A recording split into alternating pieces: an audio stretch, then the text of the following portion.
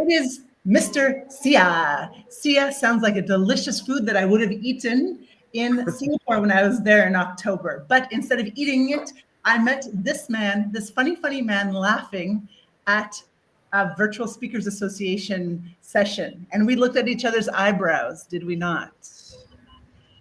Oh, look at that eyebrow. That is, I look like some people have different skills. Good right? enough. Good enough for looking like a crazy woman.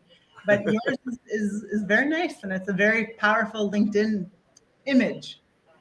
Thank you. You're welcome. Welcome, Eugene, to the show. We're talking about being funny as part of being not fragile, anti-fragile, as Yes. some say. So tell me about anti-fragility. Fragility, that's the Spanish way of saying it, by the way. Oh, yeah, I don't speak Spanish, but I'll teach you some Mandarin later. Yeah. You'll teach me some Singlish. For those of Singlish, yes. Tell me what Singlish is, mister. It's not a made-up word, right?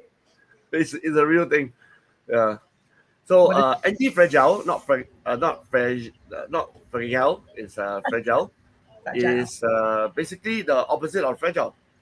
Yeah, fragile means we break easily. Like people who say, "Oh, sorry, I'm not feeling well. Can I not do this? Can I skip your event? Can I cancel this, cancel that?" Yeah. And then being resilient means not canceling, but being anti-fragile means you actually become even stronger through all the crises and tragedies in your life, which is very hard to achieve, but let's put it up as objective. Yeah, because what's the other goal? I'm going to remain fragile my whole life and regret never having faced it and tried to change it. That no one listening has that mindset, because those people wouldn't take time to come listen to us, right? So there's a lot of people who, of course, choose not to be fragile, but they end up fragile. Yeah, because the human mind has a very bad habit of making excuses. Like, okay, I think this is not for me. Let's skip it. Or like, oh no, I'm an introvert. I think I don't want to be a speaker anymore. Yeah, so we make excuses, and the result is fragile. And have you always been interested in? Well, I read your book. He gave me his book in Bali at the Global Speakers Summit at lunchtime when I ate 6 brownies sitting beside him at lunchtime. And I carried that book with me, and I read every page. Were you fragile before 2013 or 2008? I can't remember when you lost your job. 2013, I lost my job. That's a very good question. I think to be very fair and to be super transparent, until today, I still have a lot of fragility in me. No one will ever reach full anti-fragile state, even if he lives up to 120 years old. Yeah. So to be very honest, I think until today, there are still aspects of my life that is easily broken. Yeah. But if I look back before I lost my job, likewise, I think even though I haven't learned about anti-fragile, there was certain things in my upbringing, and also because I'm a Christian, so a lot of things in my value system gave me a lot of anti-fragile character, even though I haven't heard of the word and read the book yet. Yeah. I want to applaud you for being real, because you train the mindset, you train people, you coach people, you have Superbrand, the name of how you help us. You get more seen. You have 22,000 followers on LinkedIn, and you just admitted that there's lots of parts in your life that aren't perfect.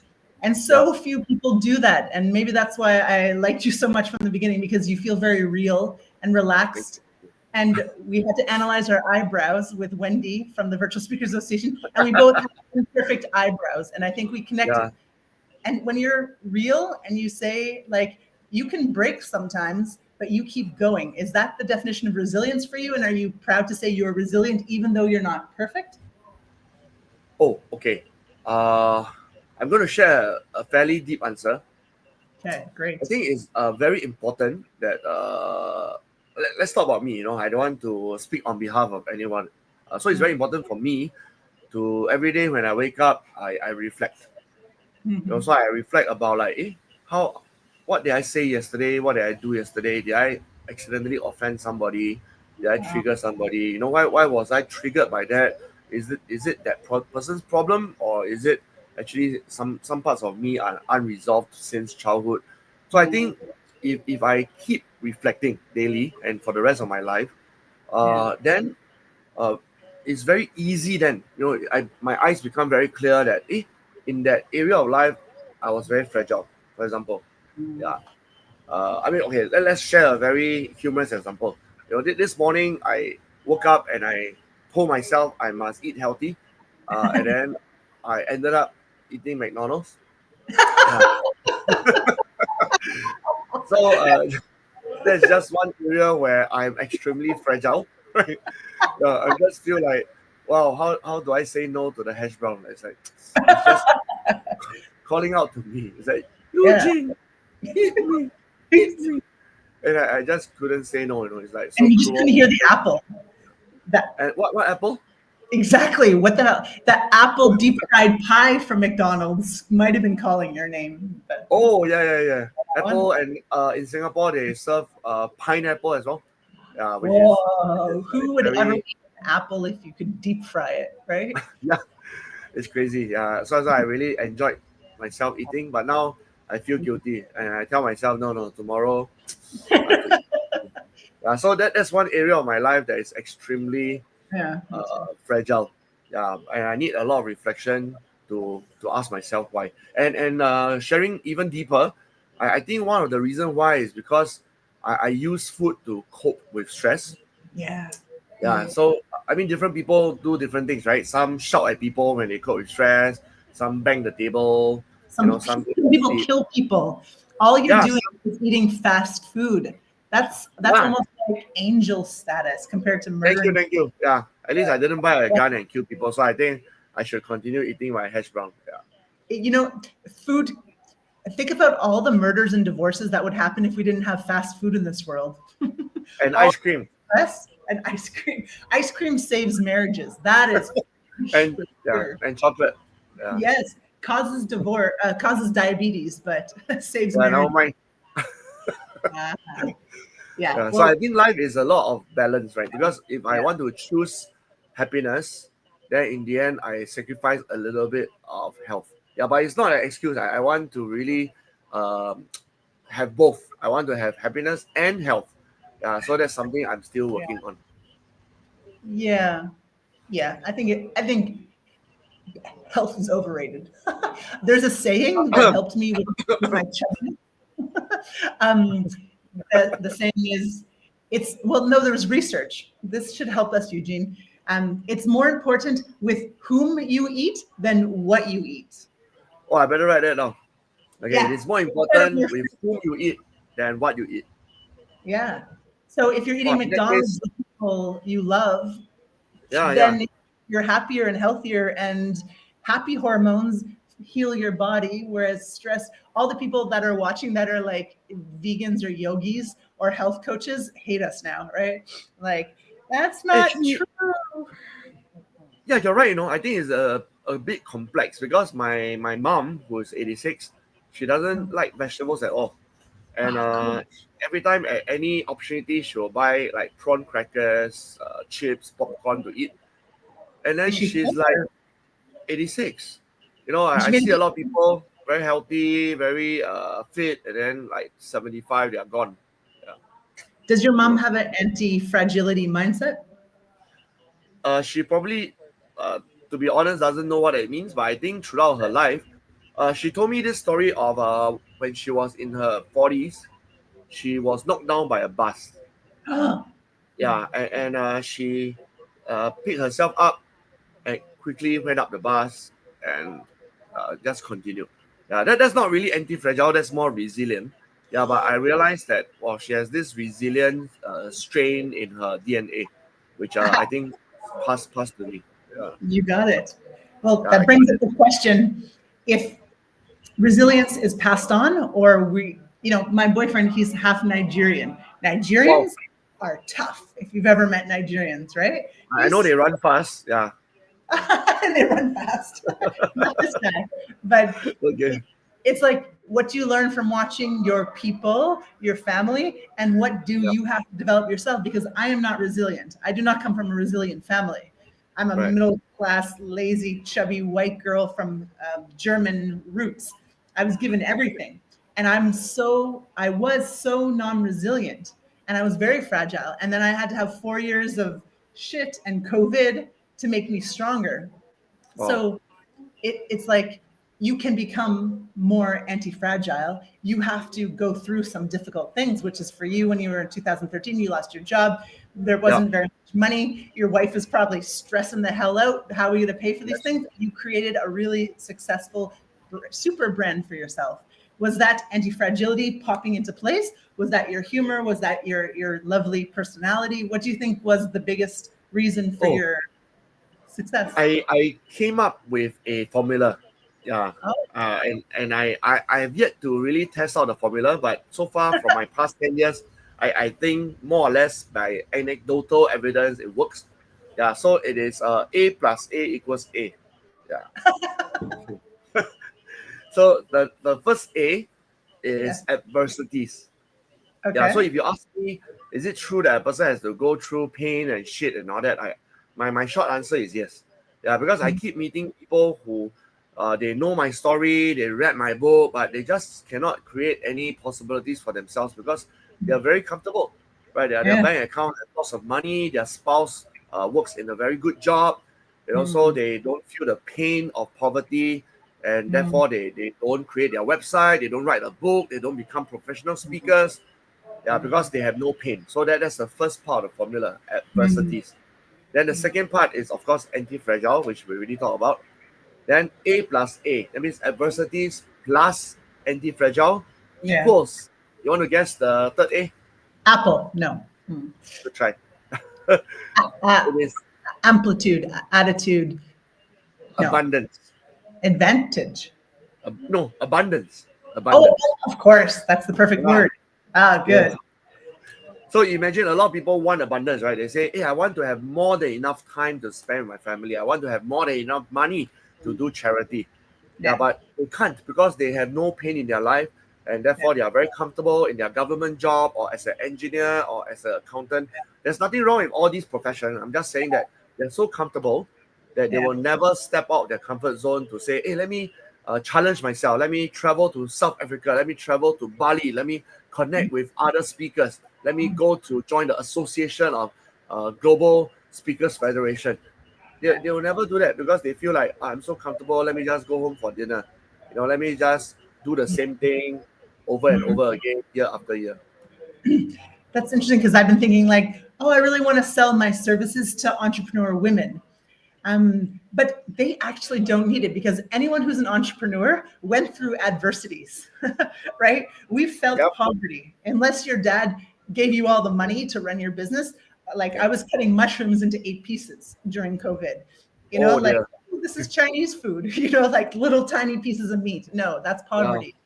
But Yeah. now, whoo, now I know I can do a lot of things, but Yes. hell, that was shit. I was cried every week. It was very terrible, but now I hardly ever cry. Now I eat the mushrooms with the can and don't even count the dollars, right? That's abundance. Yeah. Yeah, I'm mushroom abundant now. But how do you tell, like, entrepreneurs have that in them or else they wouldn't have survived, I Yeah. think, right? The other So, thing is each of these words, right, is not um 0 or 100. Right. yeah. So adversities, of course, I mean, to be very honest, the only thing that happened to me is I lost my job and I became poor. Right. But there are people who are, like, let's say, sexually abused, or they were physically abused. Maybe they survived a gunshot or cancer, or I mean, adversities can be from 0 all the way to 100, and I think mine is only at a level of 25. Right. From, So Oprah Winfrey, I heard she went through a lot of hell, right? And that's why she's so abundant, right? She's so generous. She gives away cars to her members of audience, right? Because she has been through, like 95 out of 100 of adversity.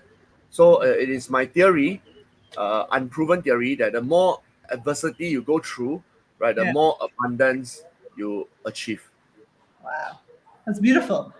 You see, when I asked Eugene, can you come and do a short talk with me about humor? And he was like, well, humor, can we use anti-fragile? And I'm like, okay, we're going to use both because just your theory is just hilarious. And you're just the words you say, A plus A equals A. So funny, so memorable. And then saying my unproven theory, humility, self-deprecating humor, honesty, vulnerability. Of course you're likable. Of course you're the past president of the Association of Speakers in Singapore. Incoming.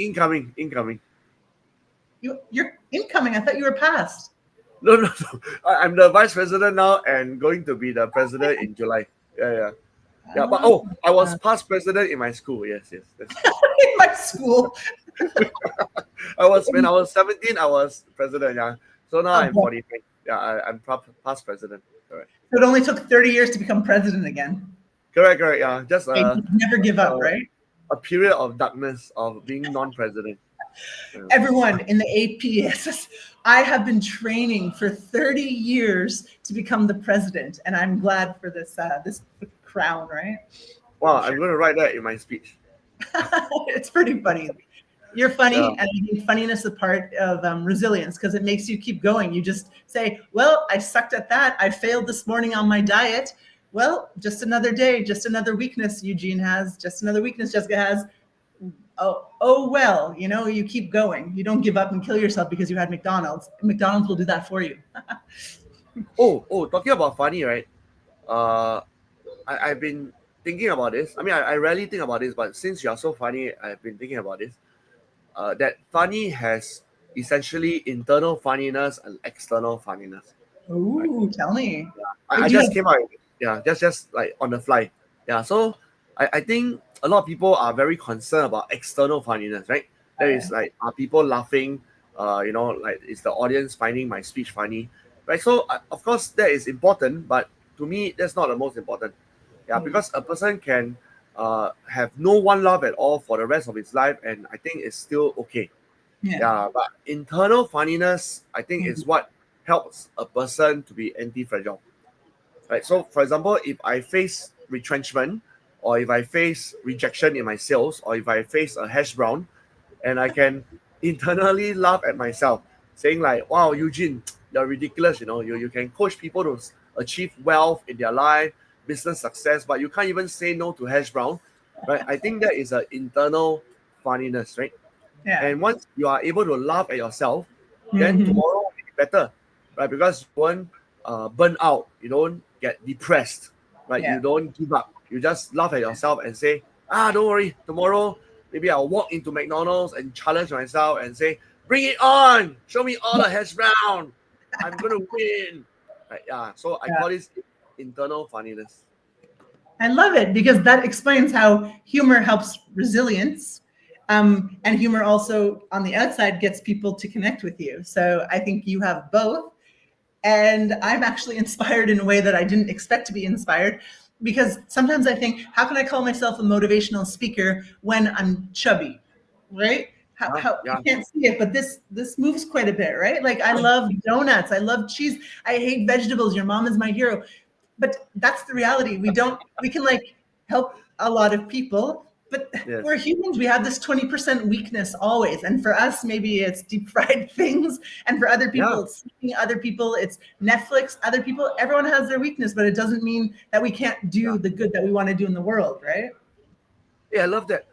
In fact, I think, right, the more we struggle, right, the more we resonate with other people.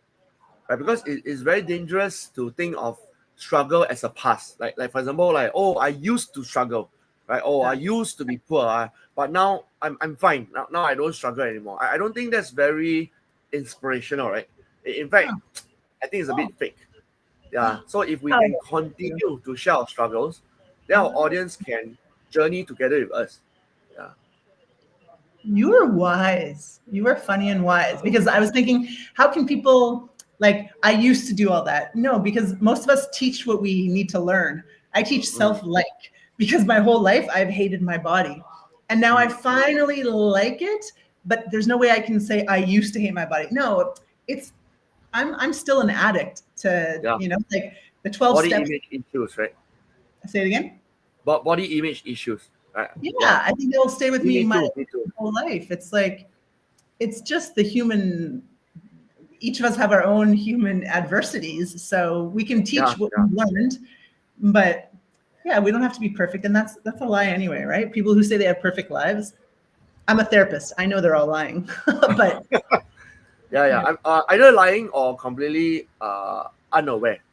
Like which is because dangerous. some people are not lying. They really think they have no issue because they are not awakened to the fact that they have issues, right? And they think that their issue is considered normal, right? Oh, everybody is like this, so this is not an issue, but it's actually an issue, right? And we need to be awakened to the fact. We need to open our eyes that, hey, wait a minute, this is an issue. I have to see a therapist to deal with it. Yeah, then we can become better. And talking about 0 to 100, I think struggle is the same thing, right? It's very bad to be at 100 out of 100 in struggle all the time. That means like there's something wrong with us, right? That means every day for the next 10 years, we're always struggling with the same body image issue, the same financial issue. Then there's something wrong where we're not learning, we're not improving. Yeah, but to be at 0 out of 100 is also something wrong. There's no way we can always be at 0. Yeah, so I think having this fluctuating scale in terms of our struggles is being human. Literally fluctuating scale. Yes. Of our lives, right? Yes, I wasn't thinking of that, but you're right. Yeah, that's good. Everyone can relate to that, right? We don't have to be 100%, and the people who say they're at 0 or 100% are not aware. So that's not the goal. The goal is to be in the middle and getting better with empathy and also facing what we need to improve. So the human struggle, right? Eventually. And having talking about body weight, I mean, which I'm struggling with right now. I'm thinking like, number one, I should not give an excuse to myself. I should not tell people like, what's wrong with big tummy? What's wrong with being obese? I'm happy with myself. Are you happy with yourself? Right? I think that's a wrong mental state because science does prove to the fact that my arteries might get clogged. I might die at 70 instead of 80. So I don't want to be in the kind of narrative of excusing myself. But I also don't want to be at a stage where I'm constantly saying like, oh yes, I'm lousy, yes, I'm fat, I'm worthless, I don't deserve love, right? I mean, that's also totally wrong. Yeah, so how do we coexist trying to lose weight and be fit, but at the same time being healthy in terms of mental state to know that I'm worthy of love, even though I'm now overweight, right? So I think this is the sweet spot all of us can aim for. And it brings up the idea like, as though fat people don't deserve love, but that's what society taught us. If you're fat, especially in your side of the world, my side of the world, we're all like 20% fat. Asians have a lot of slim and fit people. That's right. Yeah. You guys have a lot higher expectations. Over in North America, you're like perfect. You're like model, Eugene. Oh wow! I can model for all sorts of brands in America. I'm sure. You can. Yeah. Well, this was delightful in like 5 different areas and like quite personal as well. So that was a delightful surprise for whoever is watching it. I hope you got something too, because I'm leaving very, very happy. So thank you, Eugene. Thank you. And don't forget to come to Singapore and let's have a very good meal full of salad. Yeah. And okay. We'll talk later. It's been a pleasure. Thank you. Hey, thank you, Jessica. Bye. Bye.